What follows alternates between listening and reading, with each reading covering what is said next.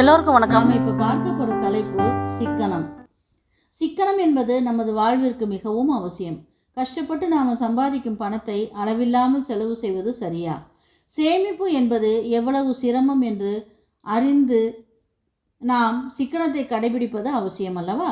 சிக்கனம் என்பது பணத்தை மட்டுமல்ல, நீர் முதல் நேரம், காலம், உழைப்பு என எல்லாவற்றையும் அளவோடு சிக்கனமாக செலவு செய்வது அவசியம். நீரை சேமி, மின்சாரத்தை சேமி, மண்வளம், தானியம், நாம் வைத்திருக்கும் இருப்பு என எல்லாவற்றையும் கவனத்துடன் சிக்கனமாக செலவு செய்வது அவசியம். வாரத்தின் இறுதி நாள் சனி ஞாயிறை வீக்கெண்ட் என கொண்டாடுவோம். அன்று அந்த இரு நாள் நாம் செய்யும் செலவும் ஒன்று அதிக தூக்கம் அல்லது அலைச்சல், வெளியில் செல்வது, ஃபுட் ஐட்டம்ஸ், ஒரு நாள் தானே என நினைத்ததையெல்லாம் சாப்பிடுவது என்று 5 நாட்கள் உணவு கட்டுப்பாட்டுடன் இருந்து வார இறுதி 2 நாளில் அவற்றையெல்லாம் கட்டுக்குள் வைக்காமல் உடல் நலத்திலிருந்து, பண செலவிலிருந்து, பலவிதமான கேளிக்கைகள் மூலம் நேரத்தை வீணாக்கி 5 நாள் சிக்கனம் 2 நாளில் அதீதமாக ஆகி ஆடம்பர செலவாக மாறி நாட்களை கழிக்கிறோம். முதலில் நாம் சம்பாதிக்கிறோம்.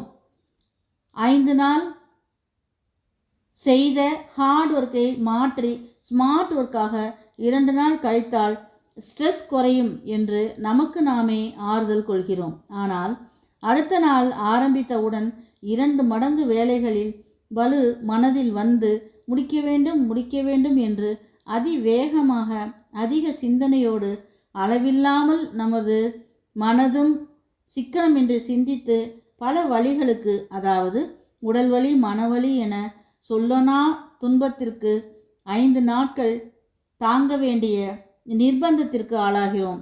சிக்கனம் என்பது தரத்தை குறிப்பதாக எண்ணுகிறோம். கஞ்சத்தனம் கொள்வதுதான் சிறுமை. சிக்கனத்தை கையாள்வதால் வீட்டிற்கும் நாட்டிற்கும் மனதிற்கும் நல் வழியை ஏற்படுத்தி நலமுண்டாக்கும். நான் சம்பாதிக்கிறேன், நான் செலவு செய்கிறேன் என்று நமது முன்னோர்கள் அதிகம் செலவு செய்யவில்லை. வசதியாய் வாழ்ந்தவர்களும் வசதி வாய்ப்புகள் அதிகம் உள்ளவர்களும் கூட அன்றைய காலகட்டத்தில் நீரை சேமி, கரண்ட்டை சேமி, ஏன் அங்கு அனாவசியமாக விளக்கு எரிகிறது, ஃபேன் ஓடுகிறது, நம்மால் கரண்ட் பில் கட்ட இயலும், ஆனாலும் நாட்டிற்கும் வீட்டிற்கும் கரண்ட்டை சிக்கனமாக செலவு செய், தேவைக்கு விளக்கு எரி, தேவையில்லாமல் விளக்கு எரிக்கக்கூடாது என நம்மையும் செப்பனிட்டு அவர்களும் மன அமைதியோடு வாழ்ந்தனர். பேருந்தில் சென்றால் கூட ஒரு ஸ்டாப் முன்னதாக இறங்கி இங்கிருந்து நடந்து சென்றால் சற்று நலமாக காலார நடந்தால் மனதிற்கு அமைதி கிடைக்கும் என்று நடந்து சென்றவர்களும் உண்டு.